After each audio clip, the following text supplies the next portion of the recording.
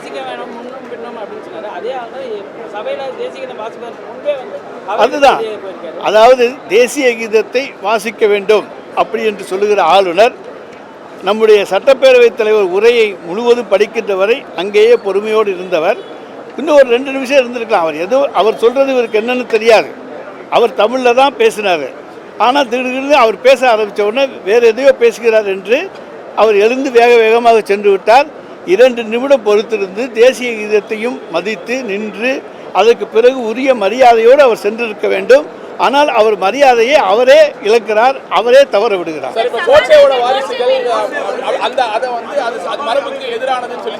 அது மாண்புமிகு தமிழ்நாடு முதலமைச்சர் அவர்கள் அது குறித்து நிச்சயமாக அவை குறிப்பிலிருந்து அதை எடுப்பதற்கான உரிய நடவடிக்கைகளை எடுத்திருப்பார். பாதகம் செய்பவரை கண்டால் நாம் பயங்கொள்ளலாகாது பாப்பா, மோதி மிதித்து விடு பாப்பா, அவர் முகத்தில் உமிழ்ந்து விடு பாப்பா.